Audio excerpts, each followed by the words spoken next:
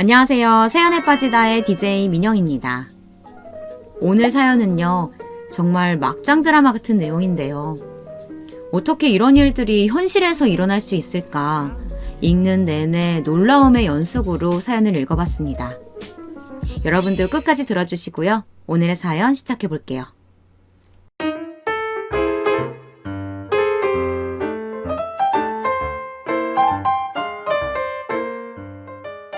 안녕하세요. 저는 서울에 사는 50대 후반 여자입니다. 날씨가 완전히 풀리면서 이제 봄이 찾아왔더라고요. 추운 것을 싫어해서 겨울에는 주로 집에 있었는데 그럴 때마다 사연 유튜브를 자주 들었어요. 따뜻하게 집에서 쉴 때 귤이나 붕어빵을 먹으며 사연을 들으면 얼마나 재밌는지 모릅니다. 그런데 오늘은 제가 사연을 반대로 제보해 보려고 해요. 저번에 책에서 이런 구절을 읽은 적이 있습니다. 모든 이별은 가슴이 아프고 아무렇지 않을 수가 없다는 말이요. 저는 잘 모르겠어요. 제가 이번에 제보할 사연을 들으시면 제 말이 무슨 뜻인지 아실 거랍니다. 오늘 사연은 바로 남편과 그리고 우리 딸의 남편, 사위에 관한 내용이에요. 요즘 시대에는 모르겠지만 우리 세대에는 남편을 잘 만나서 팔 잡힌 친구가 참 많았습니다. 평생 가난하게 살다가 선을 100번 이상 보고 잘 골라서 결혼한 친구가 지금 제일 잘 살거든요. 그 친구를 보면 예전 그 친구는 생각도 안 날 정도로 완전히 달라졌습니다. 물론 반대로 남편을 잘못 만나서 인생이 꼬여버린 친구도 참 많아요. 저도 유감스럽지만 그런 편이고요. 그래도 친정이 잘 사는 편이라 그나마 버티고 있었습니다. 저와 남편은 대학생 때 선으로 만나게 되었어요. 무슨 대학생이 선이야 라고 하실 수 있을 텐데 그 시절엔 그게 그리 특별한 경우가 아니었습니다. 또 우리 집안과 남편의 집안이 다 잘 사는 집이라서 결혼이 급하기도 했고요. 이른바 집안의 숙명 같은 사업이었죠. 우리 친정아버지는 지역에서 유명한 병원의 병원장이었어요. 어릴 때부터 덕분에 돈의 부족함이라고는 모르고 살았습니다. 항상 좋은 옷을 입고 맛있는 음식을 먹었었죠. 영수가, 우리 너네 집에 놀러 가도 돼? 영수가, 우리 이따가 끝나고 맛있는 거 먹으러 가자. 덕분에 교우 관계도 아주 좋았고 학교에서 선생님들도 저를 예뻐하셨어요. 이렇게 어렸을 때부터 어려움을 모르고 자랐던 저는 막연히 어른이 되면 당연히 결혼해야 한다고 생각했습니다. 더군다나 제가 외동이라 다른 형제자매가 없어서 외로움을 많이 느꼈었거든요. 빨리 가족을 만들고 싶었어요. 남편은 당연하고 아이도 낳고 싶었습니다. 이왕이면 자매를 낳고 싶었죠. 집에 같이 놀 또래가 없으니 학교에서 친구들과 많은 시간을 보냈습니다. 학교 끝나면 놀이터를 가거나 우리 집으로 데려와 같이 놀았어요. 외동이라 부모님의 사랑을 독차지해서 모난 구석이 없었죠. 고등학교에 가서는 공부를 진짜 열심히 했어요. 밤새 코피를 흘리고 잠도 줄여가며 공부를 했습니다. 그래서 서울에 있는 아주 유명한 여자 대학교에 입학하게 되었어요. 제가 이화여대에 입학하자 부모님은 너무 기뻐하셨습니다. 특히 아버지가 입이 귀에 걸리셨죠. 그러면서 부모님은 나서서 제 손자리를 알아보기 시작하셨어요. 학창시절 내내 사고 한 번 친 적 없는 저는 성인이 되고 그때 처음으로 부모님께 반항하게 되었습니다. 왜냐하면 바로 옆에 붙어있는 연세대학교에 다니던 어떤 오빠를 좋아하게 되었거든요. 아직도 이름이 기억이 나는데요. 그 오빠의 이름은 창민이었어요. 창민 오빠는 훤칠한 키에 단정하게 안경을 쓰고 있었고 아주 조용한 성격이었습니다. 제 첫사랑이었는데 오빠가 저를 기다리며 책을 읽는 모습을 보면 세상을 다 가진 기분이었어요. 활발한 저와 달리 창민 오빠는 차분하고 다정했습니다. 처음으로 사귄 남자친구가 창민 오빠라서 다행이라고 느껴질 정도로요. 창민 오빠와 저는 연애하며 한 번도 싸우지 않을 정도로 사이가 좋았습니다. 다만 문제가 있다면 바로 창민 오빠의 집안이었어요. 오빠는 가난한 홀어머니 밑에서 자라 대학도 장학금을 받으며 다니고 있었습니다. 돈이 항상 부족해서 과외를 뛰며 용돈과 등록금을 벌고 있었죠. 사람은 참 좋았지만 집안 조건이 너무나도 차이가 났습니다. 영수가, 엄마도 네 마음 모르는 거 아니야. 하지만 연애는 연애고 결혼은 결혼이지. 엄마가 뭘 알아? 나는 창민 오빠가 아니면 결혼하고 싶지 않다고. 아무리 네 마음이 그래도 결혼은 집안 대 집안이야. 평생 말 잘 듣다가 갑자기 왜 이래? 엄마는 본격적으로 선자리를 가지고 오셨어요. 하지만 제 머릿속엔 이미 창민 오빠로 가득 차 있었습니다. 엄마는 알겠으니까 일단 나가보기나 하라며 저를 등 떠밀어 선보는 자리에 보내셨죠. 일부러 가서 아무 말도 안 하고 침묵으로 있다 오기도 하고 팔짱을 끼고 상대방을 노려보기도 했습니다. 지금 와서 생각하면 그분들에게 참 죄송스럽네요. 하지만 그 당시 저에게는 저런 선택지밖에 존재하지 않았죠. 때로는 친구를 시켜 대신 나가달라고 하기도 했습니다. 당연히 그러면서 부모님과의 관계도 안 좋아졌죠.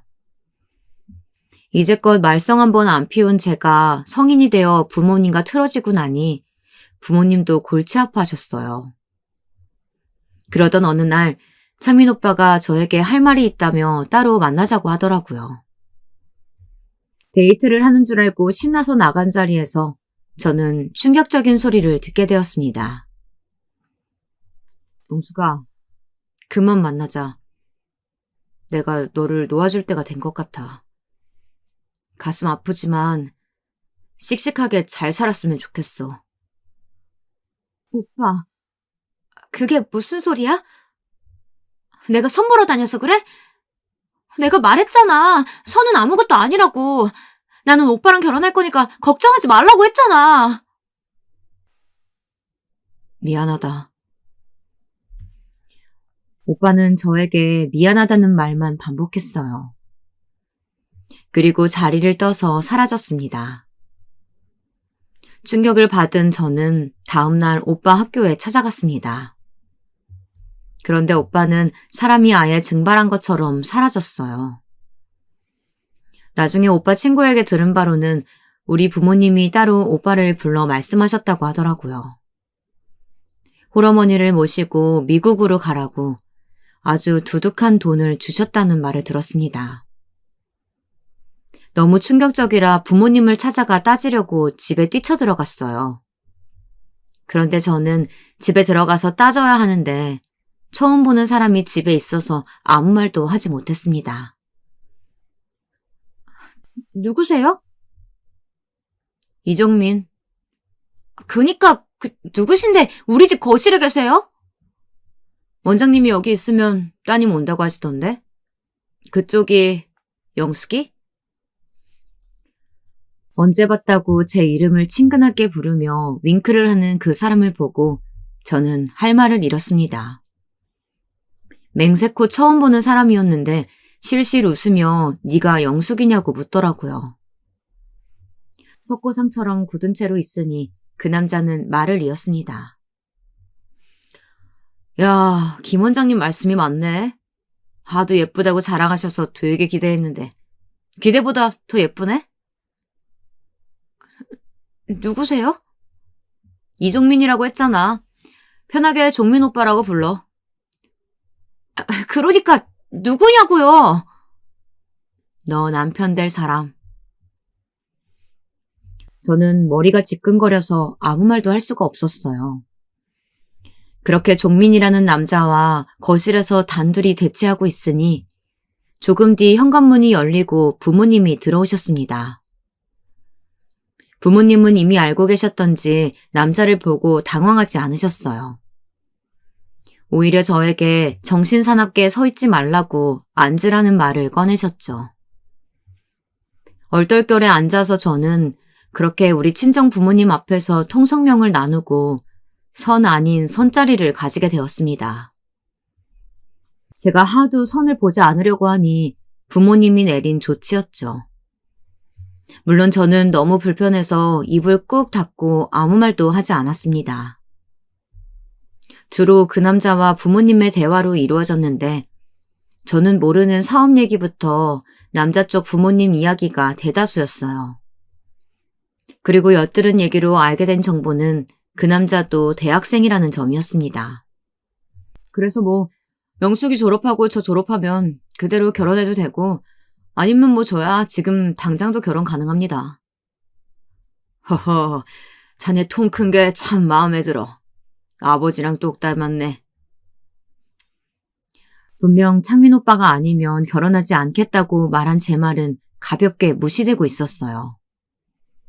불편한 자리가 끝나고 저는 제 방으로 올라와서 다음 날까지 아무 말도 하지 않았습니다. 엄마가 학교 가기 전에 뭐라고 말하는 게 보였는데 듣지도 않았죠. 그렇게 학교에 가서 창민 오빠 생각에 동기들에게 푸념하고 정문으로 가는데 누가 저를 부르더라고요. 누구지 하고 봤는데 어제 봤던 그 남자였습니다. 당당하게 흰색 바지를 입고 가죽 재킷을 걸친 장발의 남자는 저를 바라보며 웃고 있었어요.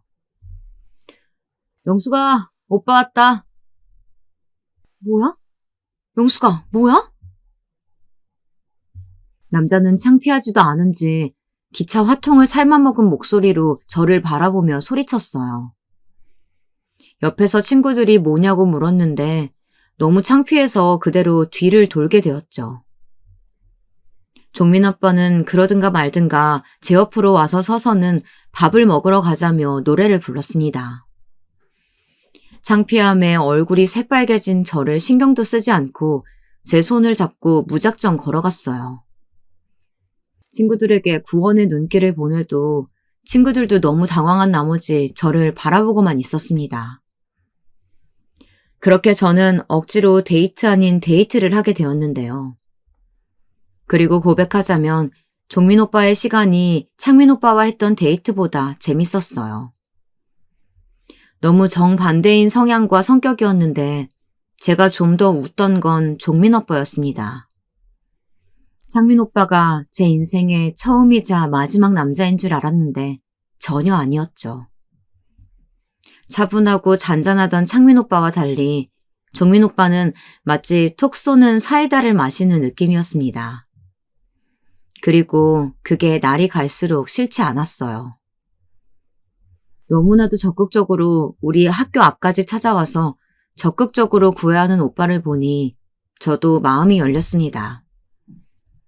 여자를 만나본 적 없던 창민 오빠와 달리 딱 봐도 여자가 매일 바뀌는 것 같은 종민 오빠는 저를 어떻게 하면 빠지게 하는지 너무 잘 알고 있었어요.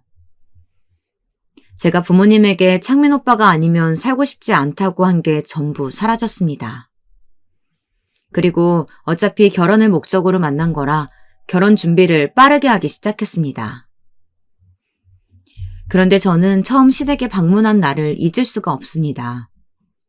제 인생에서 당황했던 일로 손꼽아요. 인사를 드리러 한눈에 봐도 부잣집이던 종민 오빠네 집에 도착해서 대문을 열고 들어갔습니다. 대문을 열고 작은 정원을 지나쳐 으리으리한 문을 열고 들어갔더니 커다란 샹들리에가 보였어요. 저도 상당히 유복하게 자란 편이라고 했잖아요. 우리 집은 비교도 되지 않았습니다. 정원에서부터 아주 큰 소나무가 있었고 친정엄마가 조경에 관심이 많으시거든요. 그래서 저도 나무를 보면 무슨 나무인지 대충 아는데 딱 봐도 비싼 나무들이었어요. 그런데 집안은 더 심했습니다. 거실에는 큰 어항도 있었고 텔레비전에서 볼만한 그런 분위기였어요. 카펫부터 커튼과 소파까지 인테리어가 이렇게 위압감을 줄 수 있는지 그때 처음 알게 되었죠. 그런데 제가 놀란 것은 이런 인테리어가 아니에요. 바로 시어머니 때문에 뒤집어지는 줄 알았습니다. 어서 와요. 얘기 많이 들었어요. 부엌 쪽으로 올래요? 네, 알겠습니다. 제가 놀란 이유는 바로 시어머니의 얼굴이었어요. 정확히 말하면 나이요. 딱 봐도 저와 남편하고 몇 살 차이가 나지 않아 보였습니다. 상식적으로 말이 안 되는 나이였어요. 아무리 많아도 10살 정도만 차이가 나 보였죠. 그동안 종민 오빠와 데이트하며 서로 가족 얘기도 종종 했었는데 오빠는 이런 얘기를 전혀 하지 않았었거든요. 저는 그래서 혹시 누나인가 싶기도 했습니다. 하지만 제가 알기로 오빠는 외동아들이었거든요. 그래도 대놓고 물어보거나 너무 심하게 당황한 티를 내면 실례잖아요. 그래서 최대한 꾹 누르고 부엌으로 갔습니다. 시아버지는 식탁 제일 상석에 앉아 계셨는데 굉장히 무뚝뚝해 보이셨어요. 잔뜩 긴장한 채로 앉아 있는데 시어머니가 살갑게 먼저 말을 꺼내셨습니다. 그런데 그 대화 자리가 너무 어색해서 저는 어쩔 줄을 몰랐죠. 그래서 우리 종민이가 그렇게 집에 와서 말을 많이 하더라고요. 제가 언제 그쪽한테 말을 했어요? 어머, 그만, 밥이나 먹어라. 조용히 하고. 남편은 시어머니한테 어머니라고 부르지 않고 그쪽이라고 불렀습니다. 너무 불편해서 진짜 밥이 어디로 넘어가는지를 모르겠더라고요. 꾸역꾸역 밥을 입 안으로 가져갔습니다. 나중에 집에 와서 체한 것 같아 진정시키느라 얼마나 힘들었는지 몰라요. 침묵의 식사를 끝내고 거실에서 과일을 같이 먹는데 시아버지는 신문에 눈을 고정하셨어요. 이미 부모님끼리 얘기가 다 끝난 상황이라 그랬을까요? 너무 불편한 분위기라 저도 표정이 좋지 않았습니다. 그런데 남편도 집 밖에서 보던 모습과 상당히 달랐어요. 밖에선 그렇게 밝고 대화를 주도하던 사람이 집에서는 대놓고 표정이 굳어 있었죠. 제가 아무리 어렸어도 눈치는 있었으니 이 집안이 제대로 된 가정 환경을 가지고 있지 않다는 것은 알게 되었습니다. 그리고 그날 집에 와서 얘기를 꺼내는데 부모님은 이미 다 알고 계셨어요. 이런 집하고 어떻게 정상적인 결혼을 해? 엄마, 아빠, 나 귀하게 키웠잖아. 진짜 이럴 거야? 결혼은 현실이야. 그리고 이혼하고 새로 재혼한 사람이 얼마나 많은데 지금 그거 가지고 그래? 네가 사랑만 받으며 자라서 세상 물정을 몰라서 그렇지. 아니, 시어머니라고 부를 수가 없어. 시언니라고 불러야 될 것 같다니까? 아유, 시끄러워. 결혼이 그럼 동화 속에 나오는 것처럼 행복한 순간만 있을 것 같니? 아빠는 계속 입을 다물고 있었고 엄마는 계속 그것은 아무것도 아니라고 하셨어요. 그리고 남편을 만나 어렵게 얘기했더니 남편은 차분하게 자기 집안 사정에 대해 말해주었습니다. 원래 계신 시어머니랑은 이혼하셨고 시아버지가 새로 재혼을 하셨다고 말했어요. 나이를 들어보니 역시 저보다 겨우 8살 많은 사람이었습니다. 그래서 남편도 도저히 어머니라는 말이 나오지 않는다고 하더라고요. 시아버지가 지역에서 아주 유명한 부자였고 직업도 정치 쪽이라 인맥도 많았거든요. 그래서 부모님은 끝까지 저를 안심시켰고 남편도 어차피 결혼하면 독립해서 살 거라 걱정하지 말라고 했습니다. 그래서 어린 나이에 알면서도 결혼하게 되었죠. 결혼식은 아주 화려하게 호텔에서 진행했어요. 우리 집이나 시댁이나 다 잘 사는 집이었고 인맥도 넓어서 하객이 많았습니다.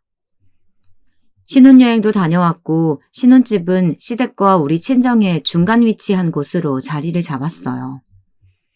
저도 남편도 아직 학생 신분이라 학교에서 멀지 않은 곳으로 선정했습니다. 흔히 신혼생활을 상상하면 어떠세요? 아주 깨가 떨어지고 행복한 이미지가 연출되지 않나요? 저도 그랬으면 얼마나 좋았겠습니까?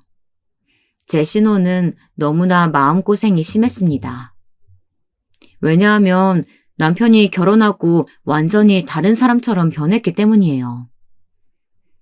남편은 결혼 전에 저와 만날 때 능숙하고 여유로운 태도를 보였잖아요. 결혼하고 남편은 밖으로 나돌기 시작했습니다. 저와 연애할 때는 그런 성향을 어찌나 잘 숨겼던지 모르겠어요. 아니면 제가 눈치가 없어서 몰랐을까요? 결혼하고 저는 집에서 살림하기로 예정되어 있었습니다. 남편은 시아버지가 가지고 있는 회사에서 근무하기로 했었고요. 그래서 학교 갔다 오면 저는 친정엄마에게 요리를 배웠어요. 요리 학원도 따로 다녔습니다. 청소와 빨래는 집에 오시는 이모님이 계셨는데 이상하게 시아버지가 요리는 직접 하라고 하셔서 그럴 수밖에 없었죠. 하루는 그렇게 열심히 배운 된장찌개와 계란말이를 해놓고 남편을 기다리는데 남편이 집에 오지 않더라고요. 분명히 저녁 6시에 밥을 집에서 같이 먹기로 아침부터 약속했었는데 말이에요. 연락해도 받지도 않고 무슨 일이 생긴 건지 얼마나 걱정했는지 모릅니다. 결국 옷을 입고 밖으로 나가 남편을 찾았죠. 그런데 제가 남편을 어디서 발견했는지 아세요?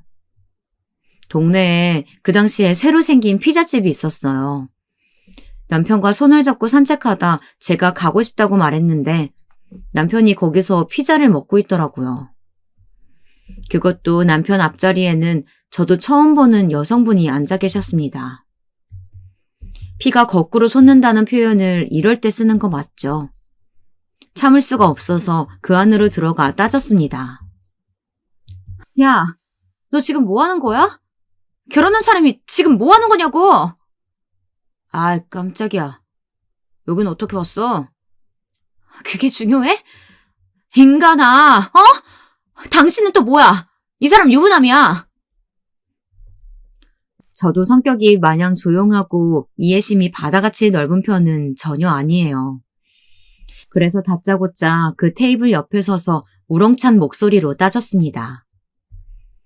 가게에서 사람들의 시선이 집중되자 여자는 조용히 일어나서 나갔어요. 그대로 곱게 보내주기 싫었지만 일단 남편에게 더 화가 나서 곱게 보내주었습니다. 남편은 오해라며 저에게 싹싹 빌기 시작했어요. 오해야, 오해. 자기야, 여보, 영수가. 그냥 진짜 일 때문에 잠깐 만난 거야. 이것 봐. 나 지금 피자 한 조각도 안 먹었어. 집에 가자, 여보. 사랑해. 사랑해. 꼴도 보기 싫어서 옆에서 온갖 변명을 하는 남편을 내버려 두고 집으로 왔습니다. 남편은 오해라며 제 옆에서 아양을 떨었죠. 열심히 준비한 된장찌개와 계란말이를 버리려고 하니 남편은 잽싸게 식탁에 앉았어요. 그리고 못 버리게 하며 준비한 음식을 다 먹었습니다. 저도 바보 같은데 그 모습을 보니 미련하기도 하고 어이가 없어서 웃음이 나오더라고요. 이래서 부부싸움은 칼로 물베기인가요? 남편의 장점 중 하나는 바로 유머 감각인데요. 이렇듯 제 신경을 거슬리게 하면 혼자 열심히 고군분투하며 웃겨주더라고요. 아예 다른 사람과 바람이 나거나 그런 것은 아니니까 저는 그냥 해프닝으로 넘겼죠. 시댁과의 관계는 그렇게 막 제가 걱정했던 것보다 안 좋지는 않았습니다. 일단 시아버지가 너무 바쁜 분이라 자주 볼 수 없었어요.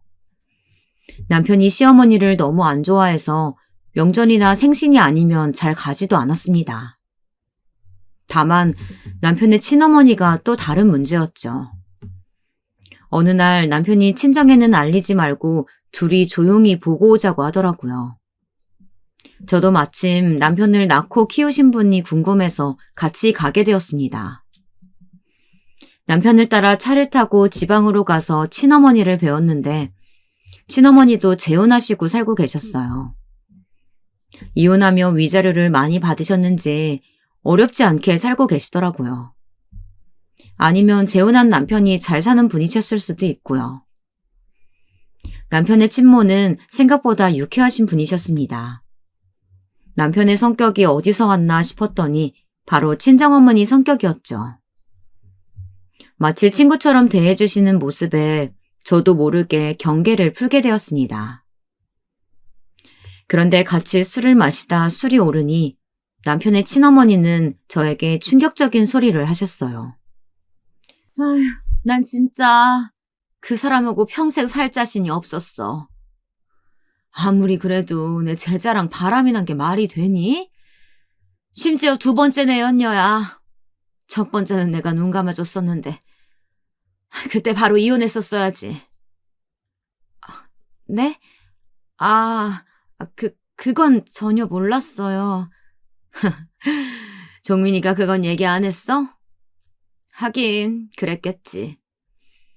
걔가 그때 남편이 지금 재혼한 내연녀랑 결혼한다고 했을 때 둘이 거실에서 몸으로 어찌나 싸우던지. 아, 그랬군요. 그리고 전 남편이 룸사롱을 그렇게 많이 갔어. 내가 그거 못 견뎌서 이혼한 것도 있어. 바람도 피우고 룸사롱도 가고. 아우, 아주 여자 문제라면 지긋지긋하다. 남편이 그 자리에 없었는데 그걸 다행으로 여겼어야 할까요? 친어머니의 입에서 나온 소리는 아주 충격적이었어요. 알고 봤더니 친어머니는 성악 전공으로 대학 교수로 일하고 계셨더라고요. 그리고 지금 제 시어머니인 재혼한 사람은 남편 친어머니의 제자였다고 합니다. 집으로 불러 가르치다가 시아버지와 눈이 맞아 바람이 났다고 하더라고요. 그것도 그게 두 번째 내연녀라니 너무 충격적이었죠. 남편이 화장실에서 돌아오자 친어머니는 감쪽같이 모른 척을 하셨어요. 저는 이걸 남편에게 물어볼지 말지 얼마나 걱정했는지 모릅니다. 그러다 괜히 물어봤다가 하지 않아도 될 싸움을 할 수도 있으니 그냥 속으로 묻기로 했어요. 어차피 시댁과 교류가 많은 편도 아니니까 신경 끄면 될 일이라고 생각했죠. 하지만 그러면 안 되는 일이었습니다. 남편은 시간이 지날수록 밖으로 도는 날이 많아졌습니다. 심지어 저에게 언질도 없이 밖에서 외박을 하기도 했습니다. 술에 취해 길거리에서 자거나 혹은 싸움 시비에 휘말려 파출소에서 전화 오는 경우도 많았죠. 나중에는 경찰 선생님이 제 번호를 아예 저장하시고 바로 데려가라고 하실 정도였으니까요. 그런 모습을 보며 남편의 친어머니가 하신 말씀이 자꾸 생각났어요.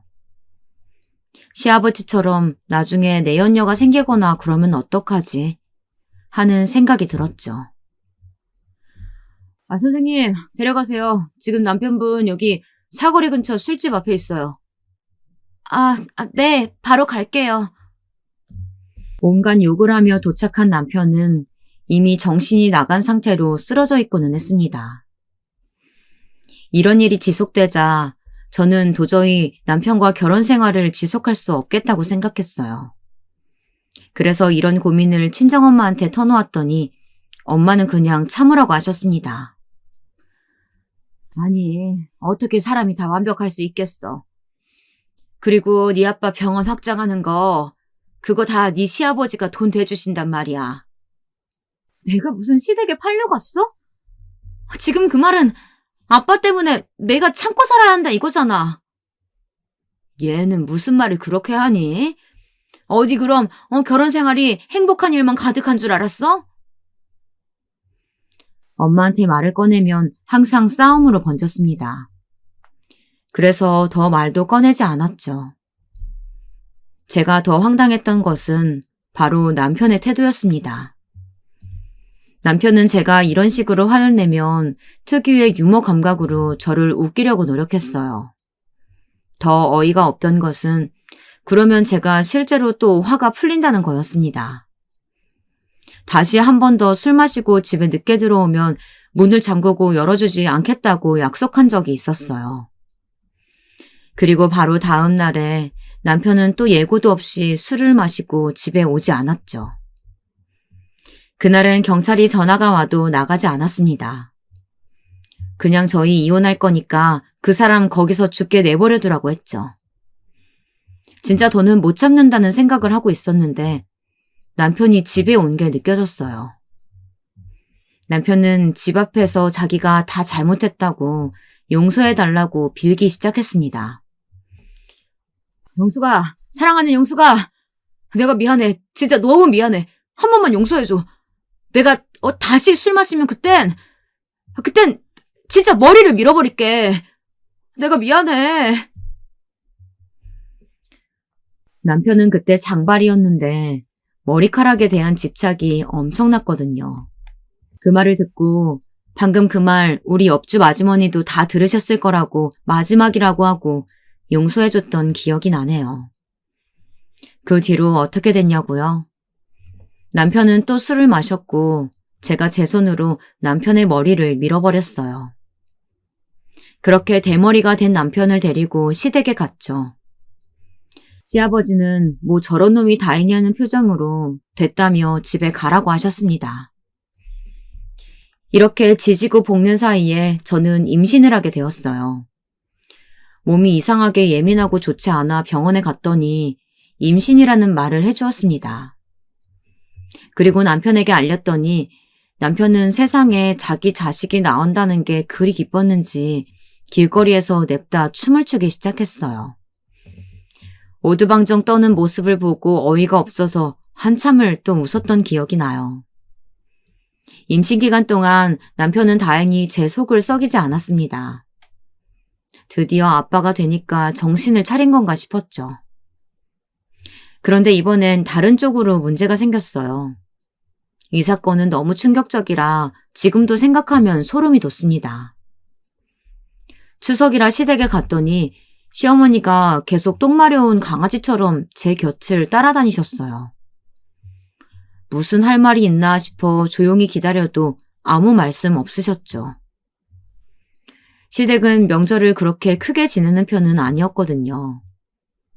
다만 며느리인 저와 시어머니가 둘이 음식을 준비하고 그걸 먹고 끝내는 편이었죠. 요리하는 내내 시어머니는 할 말이 있으신 것 같은데 말씀을 안 하셨어요. 이상하다고 생각하며 밥을 다 같이 먹고 거실에 앉아 담소를 나누고 있었습니다. 갑자기 시어머니가 폭탄 발언을 하셨어요. 내가 임신을 했어. 네? 아마 영숙이랑 한 달 정도 차이 날 것 같아. 저는 충격적인 소리에 제가 들고 있던 사과를 집은 포크를 바닥으로 떨어뜨렸습니다. 남편은 아무 말도 하지 않고 미소 짓는 시어머니를 쳐다보고 있었죠. 시아버지는 이미 알고 계신 내용이었는지 신문만 쳐다보고 있었습니다. 시어머니는 우리 반응이 민망하셨는지 연신 웃으며 그렇게 됐다고 말씀하셨습니다. 저는 그때가 임신 5개월 차였는데 충격에 배가 뭉치는 기분이 들었어요. 아니, 임신도 놀라운데 저와 한 달 차이로 아이가 나온다니 이게 무슨 소리인지. 지워요. 뭘 놔. 말이 되는 소리를 해요, 진짜. 지금 그게 무슨 소리냐? 지우라니. 지금 내 새끼가 세상에 나오자마자 내 동생도 나온다는 거네? 진짜 아버지도 너무하세요. 남편은 시어머니와 시아버지에게 아이를 지우라고 강요했습니다. 시어머니는 눈물을 흘리고 있었고 시아버지와 남편은 서로 큰 소리를 내며 싸우기 시작했죠. 어머니 벙벙해서 저는 머리가 아팠습니다. 어디 창피해서 이걸 말도 못하겠더라고요. 엄마한테 겨우 말했더니 엄마도 이번에는 놀랐습니다. 다행히 남편이 시어머니와 사이가 좋지 않아 그 뒤로 시댁에는 출산할 때까지 방문하지 않았습니다. 최대한 시어머니의 아이, 그러니까 저한테는 도련님이나 아가씨겠죠. 그 사람의 존재를 생각하지 않으려고 했어요. 그리고 무사히 출산을 했는데 우리 아이는 딸이었습니다. 친정에서는 아이의 탄생을 아주 기뻐하셨죠. 유모차부터 육아용품 및 용돈까지 두둑하게 받았습니다. 신혼집을 떠나 친정에서 조리를 하는데 오랜만에 엄마 손길을 받으니 또 좋더라고요. 미역국부터 맛있는 음식을 먹으며 열심히 조리를 하고 신혼집으로 돌아왔습니다. 남편은 아기가 태어나니 아이한테도 또 잘했어요. 옆에서 육아를 도와주고 집안일도 열심히 했습니다. 저희 남편 회사가 시아버지 회사라서 자기 멋대로 출산휴가를 냈다며 회사에도 나가지 않았죠. 그런 모습을 보고 마음이 풀어졌어요. 어쩌면 남편으로서는 별로여도 아빠로서는 괜찮을 수도 있겠다는 생각이 들었습니다. 예전처럼 적어도 밖에 나가서 여자를 만나거나 술에 취해 연락이 두절되는 경우는 전혀 없었죠. 그렇게 몸조리에 집중하고 있었는데 어느 날 남편이 출근했을 때 연락이 왔습니다. 발신자는 시아버지였어요. 제가 시집살이는 전혀 없었다고 했던 거 기억나시나요? 시댁과 교류가 그렇게 많은 편은 아니었거든요. 실제로 우리 부부를 만나는 것보다 시부모님은 우리 부모님을 더 많이 만나셨습니다. 일적으로 엮일 게 많았거든요. 그래서 이렇게 저한테 바로 연락 오는 경우는 굉장히 드물었는데 그래서 놀랐습니다. 아가, 집에 있다 저녁 먹으러 들리렴. 종민이에겐 알리지 말고 그냥 혼자 와라. 아, 네, 알겠습니다. 시아버지는 저를 혼자 집으로 오라고 하셨어요. 그래서 아기를 데리고 시댁으로 갔더니 시어머니와 갓난아기가 저를 기다리고 있었습니다. 날짜를 보니 시어머니도 출산하고 일주일 정도 된 후였죠. 시어머니는 웃으며 저를 반겨주셨어요. 그리고 같이 밥을 먹는데 아이가 둘이나 신생하니까 밥이 넘어가질 않았습니다. 이모님들이 계셔도 제가 챙겨야 할 부분이 있었거든요. 그렇게 불편한 식사를 하고 또 다 같이 이야기를 하는데 시어머니가 제게 말씀하셨어요. 명숙이 네가 불편하더라도 자주 여기 와줘. 같이 육아 고민도 나누고 즐겁게 지내자. 아, 네. 불편하다고 생각하지 말고 편하게 와서 지내렴. 위에 남는 방도 있으니까 자고 가도 돼. 시부모님은 저에게 아이를 같이 키우자며 넌지시 합가를 제안하셨어요. 저는 일단 남편과 얘기를 해야 할 것 같다고 했습니다. 그리고 집에 왔더니 남편이 와 있더라고요. 시댁에 다녀왔다 이야기를 하며 합가 이야기를 꺼내니 남편은 아주 기분 나빠했어요. 아니, 지금 무슨 소리라는 거야? 합가는 무슨... 나는 그 여자 얼굴 보기만 해도 짜증나. 아, 그럼 당신이 좀 얘기해봐. 아무래도 내가 직접적으로 이야기하기는 좀 힘들어. 알았어. 그거 내가 알아서 할 테니까 걱정하지 마. 저는 이 사건이 그렇게 커질 줄은 상상도 하지 못했어요. 시부모님은 우리 부부가 합가를 거부하자 상당히 기분 나빠하셨습니다. 나중에는 심지어 우리 부모님께 연락해서 합가 얘기를 꺼내셨다고 하세요. 아무리 생각해도 이유를 모르겠더라고요. 나중에 친정엄마가 살며시 이야기해준 걸로는 아마 아이를 당신들이 키우기 힘드니 우리 부부에게 맡길 예정이었던 것 같다고 하셨죠. 실제로 시댁에 갈 때마다 시부모님은 은근히 도련님을 우리 딸 옆에 두셨어요. 이것도 참 불편했는데요. 시어머니는 다소 늦은 나이에 아이를 가지게 된 게 어색했는지 저에게 연락도 많이 하셨어요. 집에서 딸과 있으면 전화가 와서 시댁에 놀러 오라고 하시고 반대로 우리 집에 찾아오기도 하셨습니다. 그러면 저는 안 그래도 딸 육아가 힘든데 도련님까지 맡아 전담으로 해야 하니 여간 힘든 게 아니었죠. 그래도 뭐 어쩔 도리가 있나요? 제가 며느리니까 꾹 참았었는데 그러다 어느 날은 남편이 조기 퇴근해서 집에 왔다가 그대로 마주친 적이 있습니다. 뭐야, 당신이 여기 왜 있어? 종민아, 그래도 나 네 엄마잖아. 그렇게 말하면 내가 뭐가 되니? 같이 이제 서로 아이도 있으니까 친하게 지내면 좋잖아. 누가 나으래? 내가 지우라고 했잖아. 우리 딸 옆에 당신 아들 두지 마. 나는 걔 내 동생이라고 생각 안 해. 너 어떻게 그럴 수가 있니? 시어머니와 남편은 제 앞에서 심하게 싸웠고 그 뒤로 시어머니는 우리 집에 오지 않으셨어요. 그리고 슬프게도 그 뒤로 시댁에서 지원도 끊기게 되었습니다. 남편은 본인 아빠가 여자에 미쳐서 저렇게 됐다며 울분을 토했죠. 그리고 당연하게 우리 친정에 지원해준 금액도 더는 없었습니다. 어안이 벙벙했지만 이렇게 인연이란 게 끊길 수도 있다는 생각이 들었죠. 실제로 그 뒤로 시댁과 여러 번 연락은 오고 갔지만 이렇다 할 소득이 있지는 않았어요. 시부모님은 도련님을 우리가 키우길 원하셨고 우리 부부는 그걸 원하지 않았으니까요.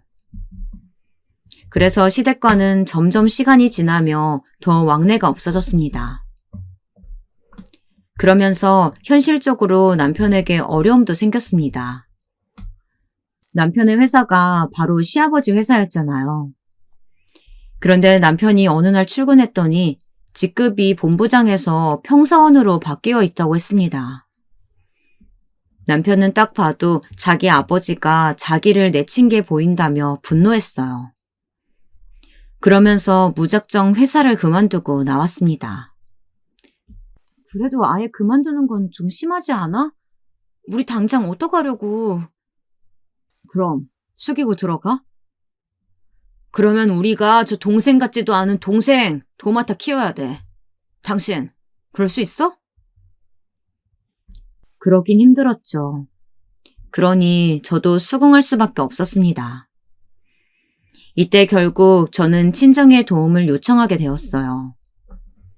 그동안 시댁 도움으로 친정아빠가 이득을 많이 봤으니 이제 사위에게 갚을 차례였죠.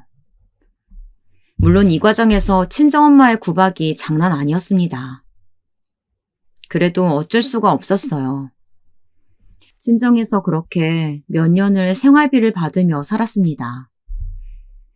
아이가 학교에 들어가기 전까지 남편은 백수로 지냈어요. 자기 말로는 다 생각이 있다고 하면서 뭐 이렇다 할 실천을 보이진 않았습니다. 부부싸움도 정말 많이 했어요. 저는 그냥 시댁에 굽히고 들어가자 이야기를 했고 남편은 절대 안 된다고 했죠. 친정 부모님도 눈치 주시며 이제 슬슬 뭐라도 해야 하지 않냐고 하셨어요. 사이가 좋지 않으니 남편은 밖에서 술도 많이 마셨어요. 다시 신혼 때 악몽이 떠오르기 시작했죠. 술을 못 마시게 하려고 애써도 들은 척도 하지 않더라고요. 술을 도대체 왜 이렇게 많이 마셔? 이럴 시간에 생산적인 일을 좀 해. 나도 노력하고 있는데 당신이 이렇게 나오니까 답답하다고. 밖에서 술 마시는 게 노력이니? 너 그리고 밖에서 무슨 짓 하고 다니길래 이렇게 여자 화장품 냄새가 많이 나? 제발 의심 좀 그만해. 네가 이럴수록 내가 너무 힘들다. 실제로 남편의 옷에서 여자 향수나 화장품 냄새가 나기도 했어요. 부부싸움도 점점 심해졌고 아이가 학교에 들어가니 현실적으로 저도 이혼을 고려하기 시작했습니다. 제가 바보도 아니고 또 저도 여유 있는 집안이니 그렇게 아쉽지도 않았어요. 그래서 실제로 이혼 얘기를 꺼내기도 했습니다. 나 이렇게 살기엔 내 인생 아까워. 우리 그만하자. 나 진짜 더는 안 되겠어. 미래가 안 보이잖아. 영수가 나 한 번만 믿어줘. 내가 사실 사업을 생각하고 있어. 나 이번이 마지막으로 생각하고 열심히 할게. 갑자기 무슨 사업이야. 너 그동안 밖에서 그렇게 돌아다니면서 술만 마셨으면서. 그건 아니야. 나 진짜 딱 한 번만 믿어주라. 내가 이번에 망치면 그때는 진짜 갈라서자. 너 내가 이거 그냥 안 넘어가. 진짜 행동 똑바로 해. 나도 더는 못 참아. 신혼 때부터 이게 뭐니? 처음엔 저는 사업이라는 말에 사실 기분이 좋지는 않았어요. 사업이 애들 장난도 아니고 그러다 망한 사람을 한둘 본 게 아니었거든요. 친정 부모님도 반응이 좋지 않았습니다. 하지만 남편은 자기가 다 생각이 있다고 하며 당당하게 우리 부모님에게 금전을 요구했어요. 사업 기반 자금은 그렇게 우리 친정아버지 지갑에서 나오게 되었습니다. 그리고 제 걱정과 달리 다행히 사업은 잘 풀리기 시작했고 그 모습을 보니 저도 조금씩 마음이 누그러졌습니다. 일이 바쁘니 밖에서 할 일 없이 술을 마시거나 하는 그런 모습도 줄어들었고요. 어머님, 아버님, 저희 왔어요. 그래, 들어와라. 종민이가 드디어 정신 차리니 우리가 이렇게 얼굴도 보고 사네. 그러니까요. 저도 결혼하고 이제 드디어 행복이란 건 알 것 같아요. 이대로 사고치지 말고 쭉 잘 살아야 돼. 알지? 그리고 실제로 사업이 잘 풀리자 시댁과의 교류도 차츰 늘어나기 시작했습니다. 저는 드디어 결혼하고 이제는 처음으로 편안하게 살게 되었답니다. 저 때는 우리 가족에게 불행이란 없을 것 같았어요. 남편의 사업은 날이 갈수록 잘 되었고 도련님과 우리 딸이 명절이나 생신 때 만나도 적당히 거리를 두니 그것도 문제될 게 없었습니다. 남편도 확실히 자기가 돈을 스스로 버니까 시댁에 더 강하게 말할 수 있었어요. 그래서 도련님은 우리가 맡아 키우지 않아도 되었죠. 그 문제가 해결되니 사실 큰 문제는 없었습니다. 아니, 왜 자꾸 우리한테 공동육아를 바라는 거예요? 나는 내 딸 키우는 것도 벅차. 그만! 그 얘기 다시 꺼내면 우리 다시 못 와요. 시부모님은 늦은 나이에 얻은 자식을 우리가 은근히 같이 돌보는 것을 원하셨잖아요. 그런데 남편이 나서서 저렇게 말해주니 저는 속으로 얼마나 고마웠는지 모릅니다. 그래서 실제로 여유 있는 형편과 더불어 저런 게 합쳐져서 미운 털이 사라졌죠. 남편이 시어머니와 도련님을 특히 별로 안 좋아해서 저야 뭐 좋았습니다. 남편이 밖에서 일하는 동안 저는 집에서 딸을 홀로 키우기 시작했어요. 집이 여유로우니 딸에게 활동도 정말 많이 시켰습니다. 예체능에 재능이 있을 수도 있으니 피겨부터 피아노, 바이올린, 발레 등 안 시킨 게 없어요.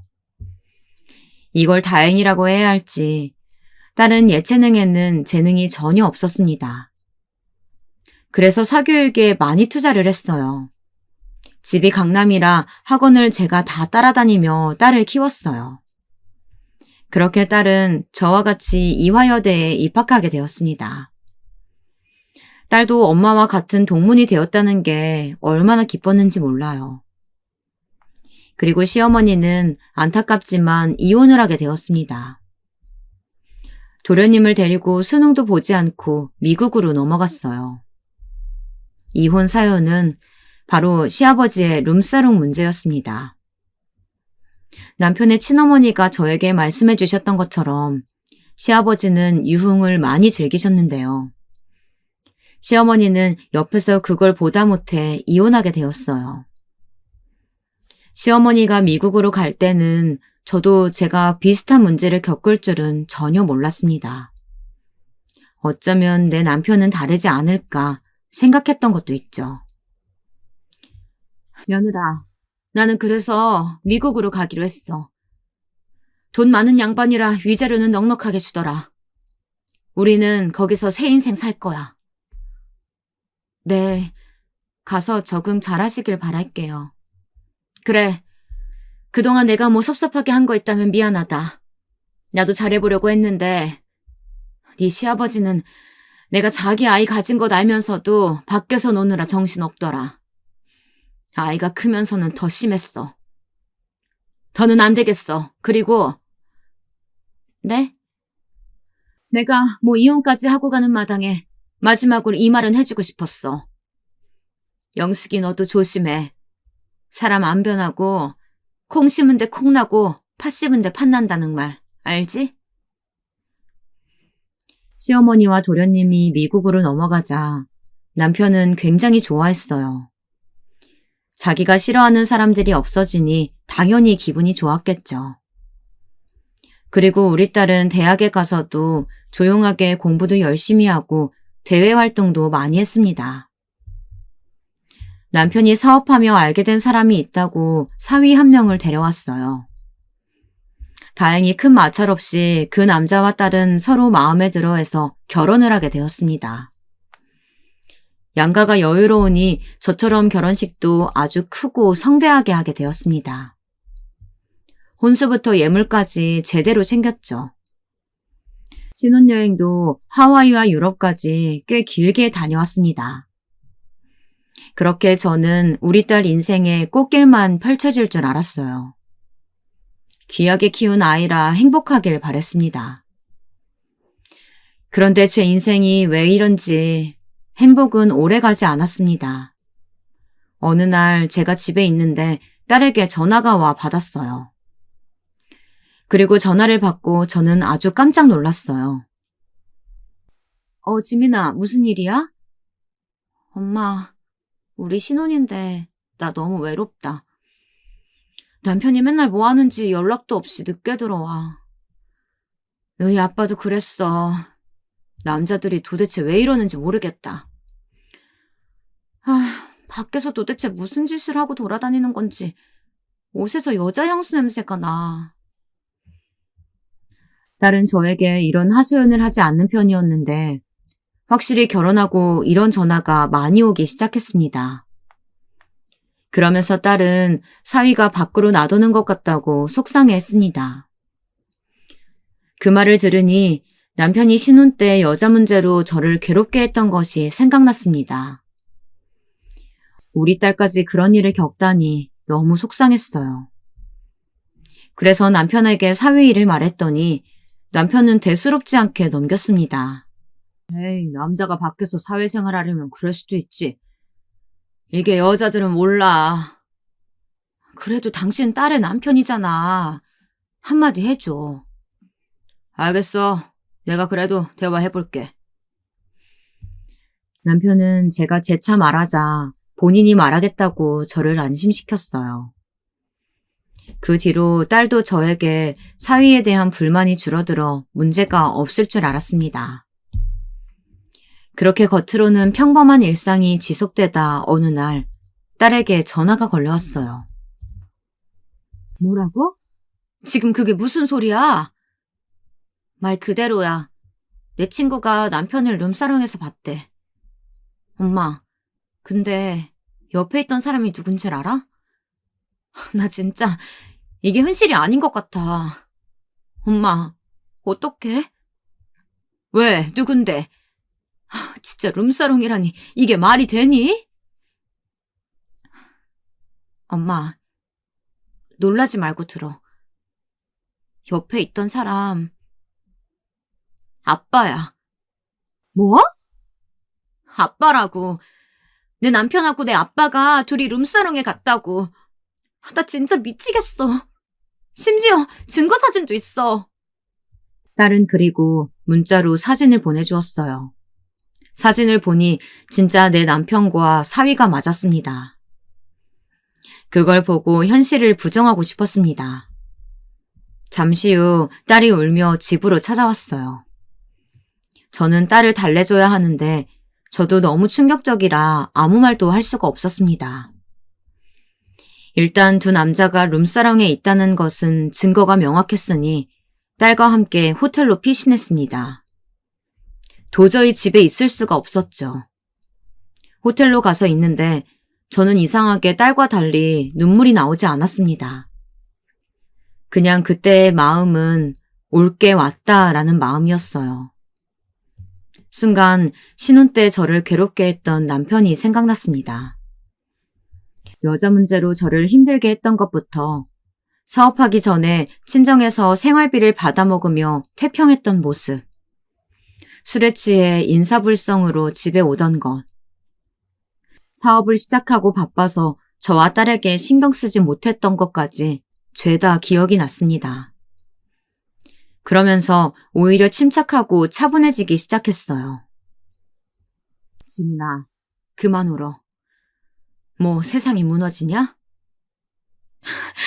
엄마는 아무렇지도 않아? 나 진짜 너무 충격이야. 어떻게 이럴 수가 있어? 둘이 저렇게 붙어 먹으려고, 그러려고 나 결혼시켰나 봐. 눈에는 눈, 이에는 이. 알지? 응? 그게 무슨 말이야? 일어나. 이대로 가만히는 못 있어. 나도 이제 이 인간하고 더는 못 산다. 내가 그동안 얼마나 참았는데. 아휴, 너는 뗄 정도 없어서 좋겠다. 그리고 저는 딸을 끌고 단둘이 호빠로 향했습니다. 안 그래도 친구 미숙이가 호빠 단골이라 저에게 종종 말했었거든요. 이번 기회에 제대로 놀아보자는 마음이 들었죠. 딸은 옆에서 계속 이래도 되냐고 했는데 안 될 건 뭔가요? 안 그래요? 저도 물론 말은 그렇게 했어도 호빠가 처음이라 어색했습니다. 하지만 그 걱정도 잠시 금방 적응하고 딸하고 아주 신나게 놀았어요. 저야 뭐 원래 활발한 성격이라 재미있었는데 제가 놀랐던 것은 우리 딸의 반응이었습니다. 딸은 처음엔 어색해하더니 나중엔 저보다 더 신나서 놀더라고요. 그 모습이 웃기고 귀여워서 시간 가는 줄을 몰랐습니다. 그렇게 몇 시간을 놀다 보니 어느덧 아침이 밝았습니다. 일부러 딸과 저는 핸드폰도 확인하지 않았어요.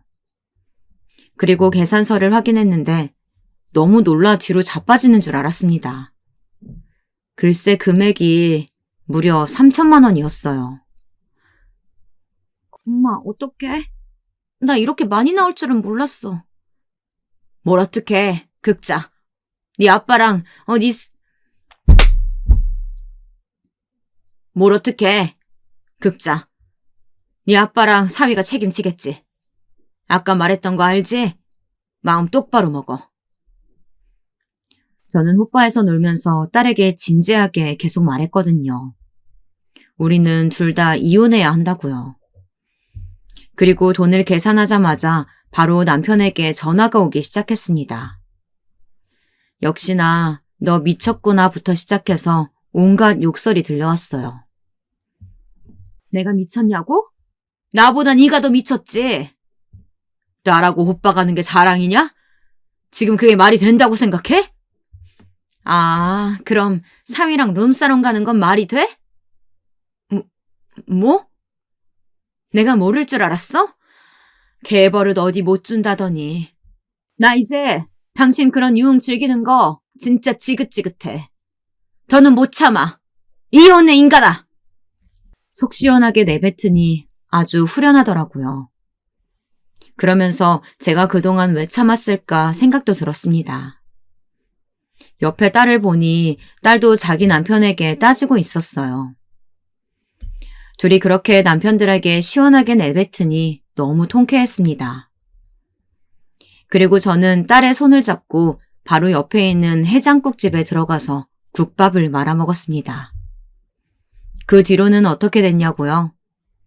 당연히 이혼 절차를 밟았습니다. 한 번만 다시 생각하자. 내가 진짜 미안해, 영수가, 제발. 내가 그놈의 한 번이라는 단어 몇 번이나 들었는지 알아? 그만하자. 내가 자그마치 거의 30년을 참았어. 이번엔 진짜로 마지막이야. 이게 남자가 사회생활을 하다 보면 어쩔 수가 없어. 됐고, 도장 찍어. 안 돼! 못 찍어. 이렇게 어떻게 끝내? 왜 못 끝내? 내가 그럼 이번에는 그냥 참아줄 줄 알았어? 그러니까 한 번만 용서해달라는 거잖아. 남편은 마지막까지 절대 그럴 수 없다고 도장을 찍지 않았어요. 그래서 결국 합의 이혼이 아니고 법원에 가서 이혼하게 되었답니다. 친정이 잘 사니까 이혼 전문 변호사를 비싼 값에 데려올 수 있었죠. 그리고 딸도 같이 이혼 소송을 했고 결론은 둘 다 이혼에 성공하게 되었습니다. 딸에게 들어보니 사위도 엄청 싹싹 빌었다고 해요. 심지어 사위는 저한테까지 찾아와서 빌기 시작했습니다. 장모님, 제가 진짜 잘못했어요. 장인어른이 문제 없을 거라고 하셔서 아무것도 모르고 따라갔어요. 한 번만 용서해 주세요. 됐고, 이혼해. 우리 딸 내가 어떻게 키웠는데 당장 떨어져! 예전에는 우리 친정이 시댁보다 경제적으로 잘 사는 편이 아니어서 그래서 망설였던 건 사실이에요. 하지만 이제는 아버지 병원도 많이 커졌고 그래서 저도 쩔쩔매며 이혼하고 싶어도 하지 못하는 위치는 아니었답니다. 오히려 남편의 사업에 친정아버지의 투자 금액이 많아서 남편이 저에게 매달렸어요. 형수가, 내가 미안해. 앞으로는 절대 그런 일 없을 거야. 내가 미안해. 한 번만 다시 생각해줘. 됐어.